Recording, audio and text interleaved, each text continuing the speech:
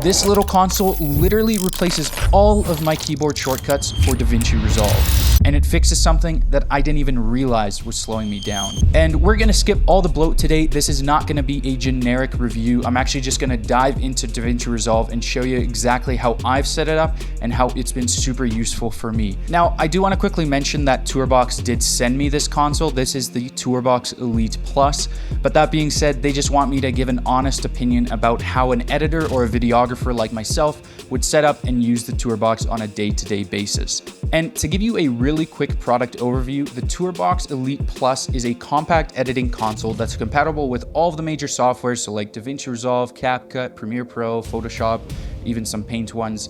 But it's designed to speed up your workflow as well as give you a tactile experience when you're doing your editing or your creative work. All right, so now we're inside of DaVinci Resolve, and this is just a regular real estate project. Now, obviously, you can use the editing console with any type of video project, but this I thought would be a pretty good example because we have some talking head, we have a whole bunch of B-roll to work with, we're gonna be doing some speed ramping with the editing console and a whole lot more. So let's get into it. Let's start by just selecting some talking head. So we'll start inside of the house right here, and I'm just double clicking this here to view it, and now I can scrub through on my timeline. I don't have the audio turned on so that it's easier for you guys to watch, but let's start with our first customizable keys. So as you can see, he starts talking right here. I have an in and then I have an out button. So I'm gonna scrub all the way closer to the end when he's done talking right there, and I'm gonna press out. And now, obviously, I already have my selection. And again, this is just tactile, so I know in my head exactly where these buttons are.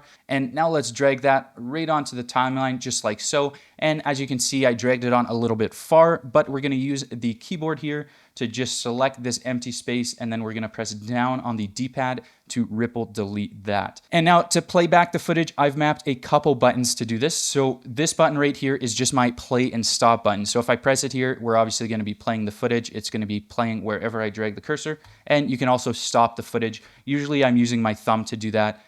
Right like so. Now, the other way, which is actually a new feature that they've just dropped with the TourBox, is the shuttle playback, which works similarly to using JKL keys on the keyboard. So if I put it in reverse, you can see that this shuttle playback icon is showing up. You can also hide this if you don't want it to show, but I actually find it quite helpful. I can turn the dial forward to pause it. I can play forward just like so. Now the video is playing out one time.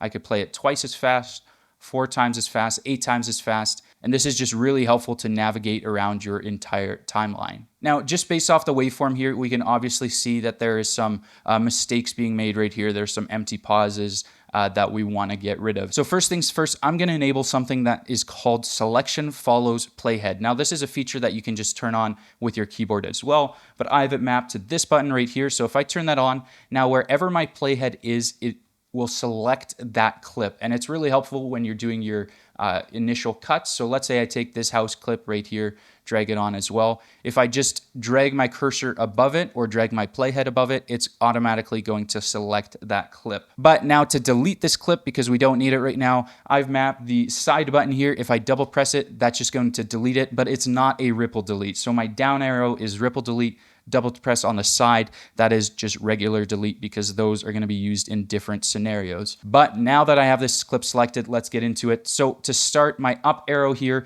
is a cut. So if I cut it, we obviously have a cut clip right there. And we can see the realtor starts talking right here. So let's delete everything to the left of the playhead by pressing left on the D-pad, just like so, and that's mapped. So now if we play this back again, obviously we've just cut out everything bad in the clip. So it actually looks like he is messing up right there. So to delete the end of whatever's being played in the clip, we're gonna press right on that D-pad. And now we have him talking, and it's just gonna automatically cut to the next clip of him talking.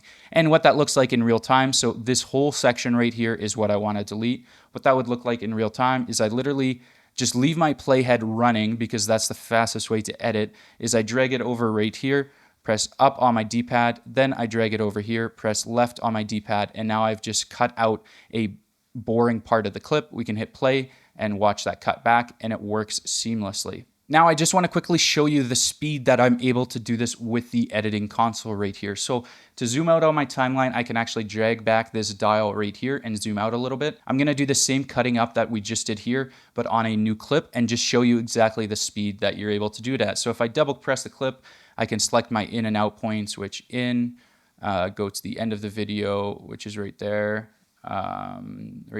press out. I can drag that onto the timeline just like so, and it looks like we started a little bit early. Cut that out, go there, cut that out. Now cut that out, go to here. We have some mess ups. We're going to go all the way to there.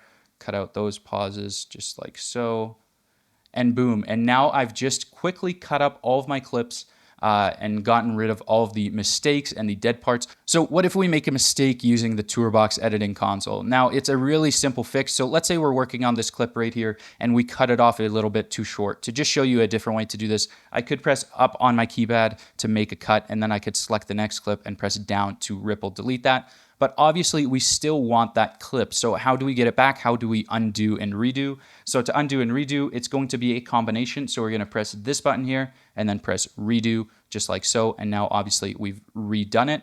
But if we wanted to go back again, let's say we actually did need to get rid of that, we can just do the reverse again by pressing this and pressing what earlier was mapped as the out button. But again, there's so many combinations that you can make with this thing. So it's super versatile and super customizable to exactly how you want to do it. But let's hit it twice to get our original clip back. And as well, one more really quick feature. So if we open up our source viewer right here, so if we double click this clip, we already have set our in and out points. But if these were set in the wrong part, we can also just hit the side button here, which is just going to remove all of my in and out points on the clip, but also the timeline, because obviously I can select my in and out points on the timeline. But if I want to remove that, I just press the button on the side, and now that is cleared up. So we've worked with some talking head clips here. Now I want to dive into how to do some speed ramping, because if you're watching my channel, you're probably familiar with all of my real estate videos, and speed ramping is a huge portion of real estate videos. So let's take this clip right here and let's set our in and out points. So we're starting maybe right there. Let's go to the end, which is right there. And let's drag this onto the timeline just like so. And I'm just going to zoom into my timeline just a little bit here. So now we can see this clip a little bit better.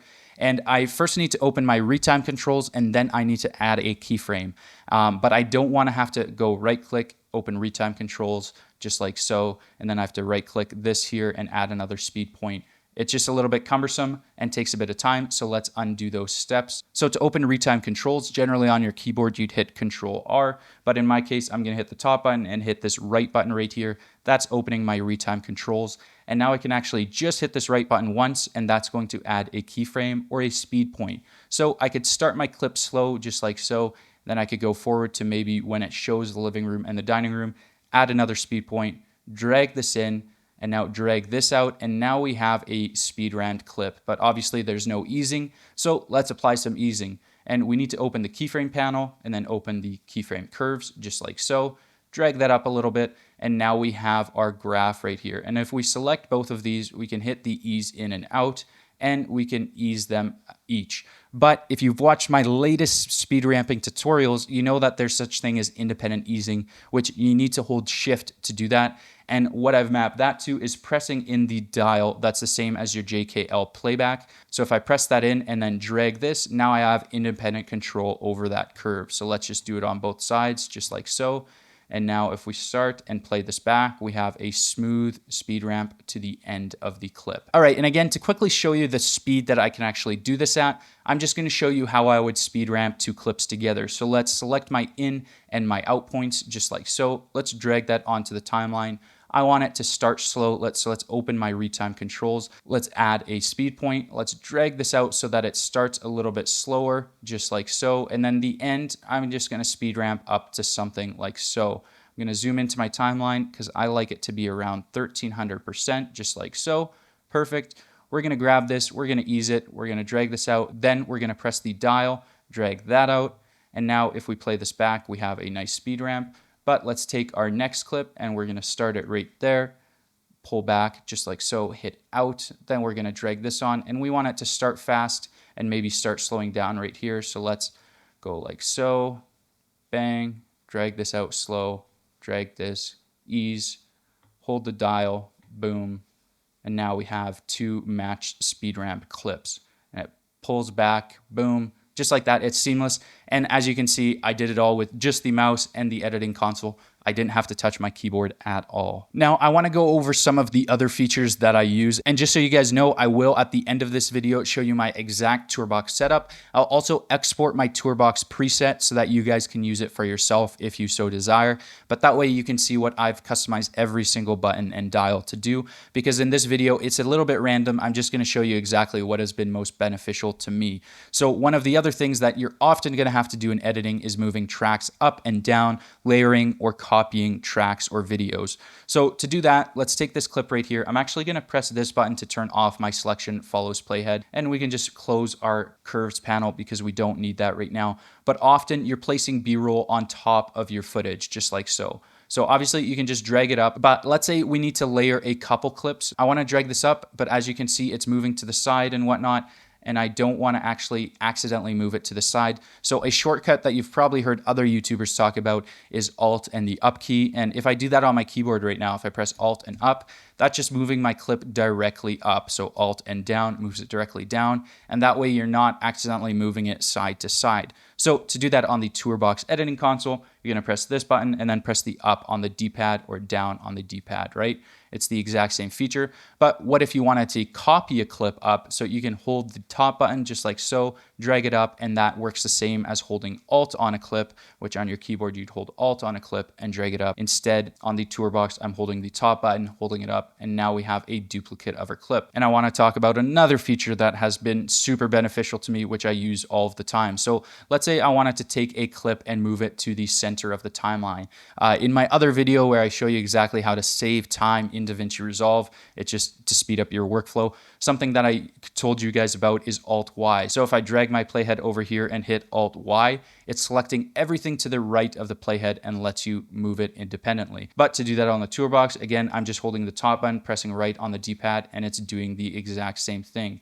We could hit this to undo, and we can also do that to the left. So if I hit that and the left on the D-pad here, so it's selecting everything to the left and leaving what's here on the right. So those are just some of the features that I've been using on the editing page. There's an endless amount of features that you could be using with the TourBox, and still more features that I'm using that I just can't all cram into one video. But we're gonna switch gears and we're gonna head over to the color page and we're gonna do some color grading. So I promise I'll eventually make a color grading tutorial for all of my real estate videos, but I just want to show you how I've been using the TourBox dial to sort of enhance and control my color grading a lot better. So to start, let's say with exposure, it's actually pretty close in the shot, but if I wanted to turn it up and down, all I have to do is take my mouse and hover it over exposure. And now with this dial, I can decrease and increase exposure as needed.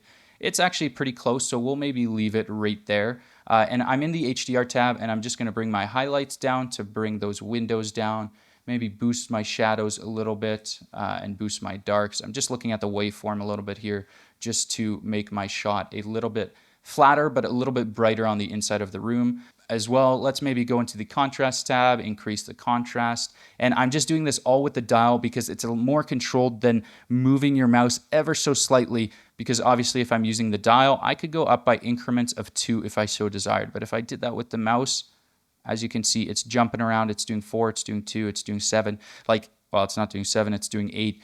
But it's a lot less controlled than by doing it with the dial. Also, if you want to zoom in or zoom out on your preview, you can also do that with the dial, but you can also just click it to hit zoom to fit, and now it's framed up nicely. So now in our balance tab here, this requires a whole tutorial to explain, but I'm going to be using the gain wheel to do some balancing adjustments. So I could increase the gain here, and now use the other dial to rotate my gain. So I can completely change the white balance and the tint of my image. So this image was actually pretty close, so let's bring it close to the start.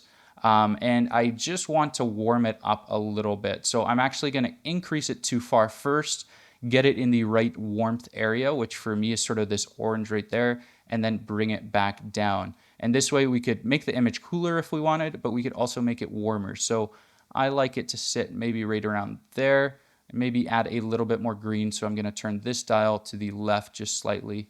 and that's just adding a little bit more green. And now we've got a bit of a warmer tone inside of the room, just like so. And you could color grade this however you want, but the dials, that's sort of how you're going to function within the color wheels. And it's important to mention that literally anything on the edit page could be mapped to the Tourbox console. And they've actually just introduced sub presets, so I could have a different preset for the color page as I do for the edit page. So if I want, let's say, my dial to not play forwards and reverse on the color page, I could change it to maybe change my color wheels instead of, whereas on the edit page, I want it to work as my JKL functions. So you have sub presets for each page, and it's fully customizable. It's pretty sweet. So now that I've shown you a little bit about how it works, I just want to be completely real and share my honest thoughts about the product. So one of the questions that you're probably thinking about is, would I recommend this product to you? And the short answer is yes. But that being said, it is going to take some training and some time to get used to. And that's what I want to talk about first. Is I've been doing video work for quite a long time. I've customized my keyboard, and I've been using my customized keyboard for a very long time. So to switch over to an editing console like this was actually a bit of a difficult task for me to do, but I did it. Again, I've been used to a keyboard and mouse for probably around 7 years now. So to try unlearn that and switch to an editing console, as you can imagine, was a little bit difficult. And if I did it and you only have 2 or 3 or 4 years of editing experience, then switching over is actually going to be a whole lot easier. And I promise you, once you do start switching, it starts to feel more and more natural, especially because it is such a tactile experience. And that's actually what I want to talk about next. Is every button is super tactile. It feels like it's in its own spot. You know exactly where to find it without looking for it. You can turn your dials, you can press your buttons without having to look at the Tourbox. And the haptic feedback on it is also super incredible. So in the Console Tourbox app, where you set your custom dials and buttons, you can also change the haptic feedback for all of the dials. And I've turned them down to a lower setting, but they feel really, really good. I can do frame by frame adjustments, and it sounds incredible. And probably the thing that makes this Tourbox the best in the game is that it's fully customizable. So I have the DaVinci Speed Editor, but it hasn't really worked for my workflow because it's a little bit limiting on what it can actually do.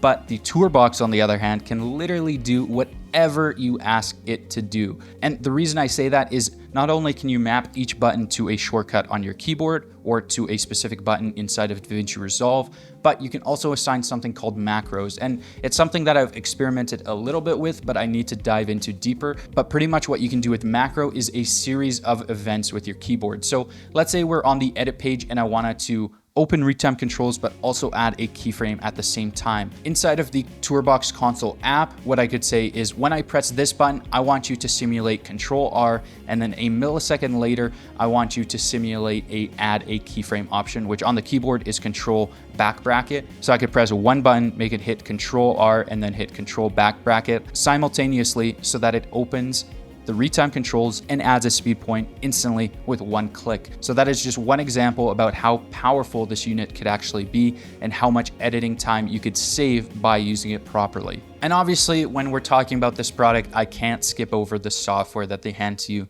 because that's what makes the product super, super powerful. So there's only a couple things that I'm going to highlight here. So obviously, on the left, you have your preset list of all of the different softwares you could use. So this is the default preset that they've given me, but I've customized and made my own. So I'm just going to open that there. And you can make a bunch. So if you're doing different types of projects, you could open different presets for DaVinci Resolve.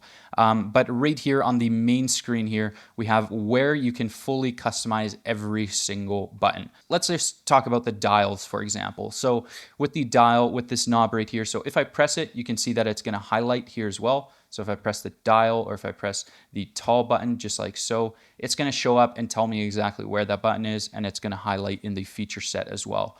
So let's actually maybe go on the tall button right here. So it's currently on play and stop, as I've shown you before. So if I press this here, it's going to open the customizing button here. And what I can do is I can just clear what's in it right now. So we could search shortcuts. So let's say maybe I want this to be my in button instead of my play button. That's going to show up as I on the keyboard. And I could select this. And now when I press this, it's going to be the mark in button. But in my case, I just want it to be play and stop, which is also just space on the keyboard. So on the left side here, if I just hit space, that's going to input it there. I select it, hit close, and now it's on play and stop or space. But inside of here, we also have some more options. So we have our just our shortcuts or our mouse options. We have some functions and we have the tour menu. But then over on the right side here, we have the macro. So this is sort of the thing I was talking about earlier. So to add a speed point. So what I can do is I can add an action to start, and I can make this anything. So let's say I do Control R. So now it's going to hit Control R. It's going to only do it once. I hit OK. And then after that, I'm going to add another action, and I want it to hit Control and then back bracket and hit OK. And now if I were to go back inside of DaVinci Resolve and press that tall button once, it's going to hit Control R and then Control back bracket and add a speed point to the retime controls automatically by just pressing one button. So that's just a quick feature set of what you can do inside of this here. On the top left, you can export and import your presets. So if you do get my preset, you can press this button here and import it just like so. And then on the right side here, this is draggable to anywhere on your frame. This is just a little helpful display so you can quickly see all of your shortcuts and all of your customizable buttons, your D-pad. You can also turn them off so that they don't show up at all. All right, and there you have it. Thank you, TourBox, for sending me the console. It has been really fun to play around with. And I actually mean that. It's fun to use the dials, especially on the color page. It feels like you have a lot more control, but it's just also super satisfying to use. Now, if you want to get one for yourself, there will be a link down below in the description. And again, is it something I would recommend? I would say yes. And it's actually something that I'd recommend getting sooner than later, because the more that you get used to a keyboard, the harder it's going to be to transition to something like the editing console. Whereas if you started working natively with a console like this, you are going to be faster than every other editor out there. So thank you guys so much for checking out this video. I'll see you guys next time.